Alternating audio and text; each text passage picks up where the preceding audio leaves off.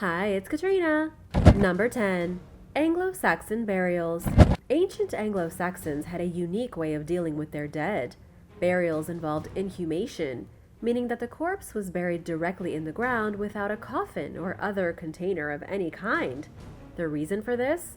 It took significantly less resources to simply place a body in the dirt and then cover it up than it did to burn it. You'd have to have fuel, and it couldn't be raining or damp. It was also a lot simpler than carving an entire tomb or creating a stone dolmen. The good thing about Anglo-Saxons burying their dead straight in the dirt is that thanks to the alkaline soil, their remains are often extremely well preserved even today. However, it also means there wasn't a lot of uniformity to the burials. Anglo-Saxons would either bury the dead in a shallow grave, as if it had been dug out by hand, or in a massive pit over 6 feet deep. Sometimes they would even place a bunch of people in the same pit if they died at the same time, as it seemed to be more convenient. For these people, burial was more about disposing of the body than preparing a journey to the afterlife. In some cases, the body of the deceased would be mutilated before it was buried, usually with the head cut off. Archaeologists have found plenty of ancient cemeteries filled with headless corpses. Though this was usually reserved for criminals or people who were hanged or executed, scientists aren't completely sure. In some instances, there have been graves found to contain several human heads, while others have been found with the heads placed at the feet of corpses. Why the Anglo-Saxons did this, however, remains a mystery. Number 9. Secret Greek Ritual. The Eleusinian Mysteries go all the way back to ancient Greece. It's arguably the most famous secret religious ritual in the world. The religious rites involved rituals that had to do with the earth goddess Demeter. Demeter's story is often told in Greek mythology. She went in search of her daughter Persephone after she was abducted by Hades and taken as his bride against Demeter's wishes. The basic gist of the story is that Demeter went to Eleusis for help in finding her daughter, later learning that she was deep in the underworld. Somehow, this simple aspect of the myth turned into one of the most enduring religious ceremonies in world history. The major ceremony was held in Athens. The first part of the Eleusinian Mysteries was a march that initiates took from Athens to Eleusis, which is indeed a real city. But the core of the ritual was performed inside the Hall of Initiation, and even after 2,000 years, we have no idea what it entailed. It was such a secretive ritual that nobody of the day wrote about it, and no records exist that historians know of. We know that something was chanted, a mystery was revealed, and some kind of act was performed. However, we don't know the details, and sadly, once Christianity took hold across Europe, the Eleusinian Mysteries were considered blasphemous and pagan, and so its practice was abolished. What's really amazing is that the ritual was performed for a longer span of time than Christianity has existed. What began as a popular myth turned into an annual ritual ceremony performed for thousands of years. Number 8. Maya Life Force Ceremony. When archaeologists discovered an ancient arrowhead covered in human blood at a Mayan temple in Guatemala, they found evidence of an ancient ceremony going back at least 500 years. It was a type of bloodletting ceremony in which a person was drained of their blood, which the Maya thought of as the life force, in order to feed the gods. The temple in which this arrowhead was discovered is at the archaeological site of Sacpetin. During the ritual, a person was cut open with the obsidian arrowhead, and then their blood was allowed to spill out. Professor Prudence Rice from Southern Illinois University says bloodletting was a way to nourish the gods, and that by spilling human blood, the Maya believed the gods could absorb the human life force. This was different than a human sacrifice. In this case, it was just cutting. Nobody had to die. This ceremony was normally done when a person came of age or when a birth happened.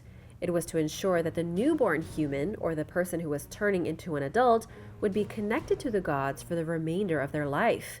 It was almost like a joining ceremony, where the individual's life force was drunk by the gods, creating a lifelong bond. And, in case you were wondering, this ceremony was not forced. The person participating, even though they stabbed themselves in the tongue with an arrowhead, did survive. Number 7. Cannabis Ceremonies. According to new research, ancient worshippers at a Judahite temple in what is today Israel practiced ceremonies in which they smoked cannabis.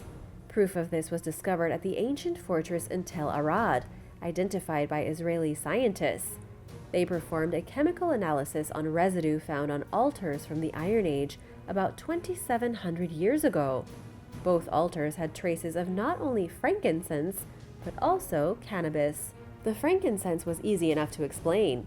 It came from the Boswellia sacra, a tree found in Oman, Somalia, and Yemen. The cannabis must have come from somewhere far away, suggesting the original Jewish people almost 3,000 years ago were importing huge amounts of marijuana from abroad. It was probably dried, what is referred to today as hashish. The hash would be burned on the altar, mixed with animal dung. As the smoke filled the temple during a ceremony, everybody in attendance would experience its psychoactive effects. The hash would slow down their brains, seep into all breathable air, and make the rituals seem extremely powerful. The Judahites were worshiping Yahweh, the God of the Old Testament or the Torah, roughly 300 years before Jesus is believed to have been born.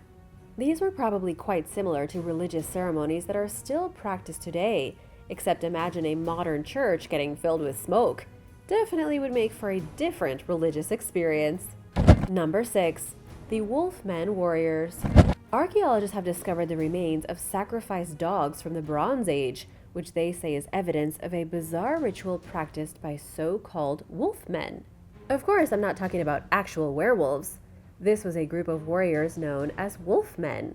One of the reasons was because of their bizarre initiation ceremonies.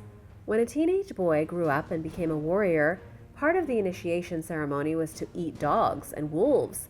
They did this about 3,900 years ago in what is today southwestern Russia. The whole point behind the ritual was that the boy would symbolically become a wolf by consuming the flesh of a canine. This is according to both David Anthony and Dorcas Brown, professionals from Hardwick College in New York. They even say that there are written records of this type of ceremony as far back as 2,000 years ago, connecting the existence of the wolf warriors to ancient myths of canines, warfare, and death. The Wolfman Warriors took their obsession with these animals to crazy heights. They always wore the skins of dogs and wolves, they took on names that had dog or wolf in them, and they ate them as part of their ceremonies. These were the very image of warriors from the Bronze Age as we think of them today. Number 5. Dancing with the dead. In Madagascar, there is an ancient ritual that continues to exist even to this very day.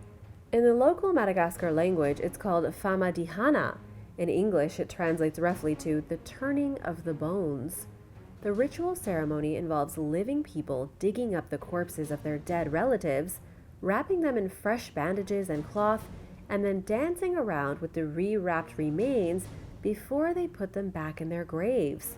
To the outside world, most people just refer to it as dancing with the dead. According to scientists, this ritual has very real consequences in the modern age. Here's something you probably don't know. Madagascar is one of the only countries in the world that still suffers from outbreaks of the plague. Yes, the actual Black Plague. Each year, roughly 100 people die from the plague in Madagascar. Scientists say the spreading of the plague could have something to do with families dancing around with these corpses. If a person dies from the plague, then their body is dug up later, and when people are exposed to it, they can catch the disease too. And it happens very quickly. According to news sources, the first case of the plague in Madagascar back in 2017 was a man visiting the country. He developed malaria-like symptoms and died in just 4 days. Since then, the UN's office in Madagascar says at least 1,192 cases have been identified. How often do families actually dig up their loved ones? It's only between every 5 and 9 years. The tradition shows no signs of stopping, especially since it's been going on for centuries and is considered sacred. The whole reason behind it is to honor the ancestors and bring good fortune to those who take the time to dance with the dead. What do you think about people in Madagascar contracting the plague because of this ancient ceremony? Let me know your thoughts in the comments below. Number 4. The Bushman Bull Dance. The Bushman people of southern Africa are the oldest inhabitants of the entire continent. These are tribal people who have been living in the Kalahari Desert for over 20,000 years. Their home includes huge patches of Angola, Botswana, Namibia, and of course South Africa. Genetic evidence has even suggested that these are the oldest human beings in the entire world. They were hunters and gatherers for a very long time, until modern society ruined their traditional ways of life. But in some parts of Africa, the Bushmen are still around, and one of their ceremonies still exists. It's called the bull dance. The ceremony is held when a girl hits puberty. The Bushmen take an eland, which is a kind of antelope, and make it into a broth. In the case of a puberty ritual for girls, she will be isolated inside a small hut during her menstruation. The women of the tribe will then perform the bull dance, imitating the mating behavior of the male elands. A man will play the role of the bull, dancing around with horns on his head. The whole purpose of the ritual is to keep the girl beautiful, to make sure she never goes hungry, and to keep her life peaceful. Number 3. Kava Ceremonies. All across the South Pacific Islands, there is a long-held tradition of drinking kava from the kava root. Kava goes back hundreds and hundreds of years to days unknown, when the indigenous people of the South Pacific Islands began consuming the beverage ceremonially. It's drunk when a new village chief is installed, when an agreement is made between two communities, or even when welcoming a visitor. In Tonga, a Kava ceremony is conducted each time a new king is given his title. This is one of the only ancient ceremonies that might be considered primitive that the English royal family has participated in recently. In 2018, when Prince Charles was inaugurated as an honorary chief in Vanuatu, he had to take part in a Kava ceremony. So too did Prince Harry when he visited Fiji that same year. But just what is this old and mystical drink? Kava itself has been used by village healers as a natural remedy for just about everything. It's said to calm people, sedate them, take away stress, help get necessary sleep, and to heal a variety of symptoms. The truth is that kava comes from Piper methysticum, a plant only found in the Pacific Islands. It acts like alcohol when consumed, inducing a feeling of calmness and relaxation. It also works as a depressant drug, slowing down messages between the brain and the body, producing a sort of euphoria. Kava has made its way into some communities in America as well, with kava bars becoming an almost trendy new health craze. Have you ever tried the kava root? Let me know in the comments below. Number 2. The Taraja people. The Taraja people have one of the most complicated funeral ceremonies in the world. These people live in South Sulawesi, Indonesia. It's a picturesque region covered in mountains and far away from what you might consider civilization. The Taraja people have been living here for centuries. Their lives revolve around death and life, the eternal cycle. For the Taraja, a funeral isn't a sad time, but a time to celebrate.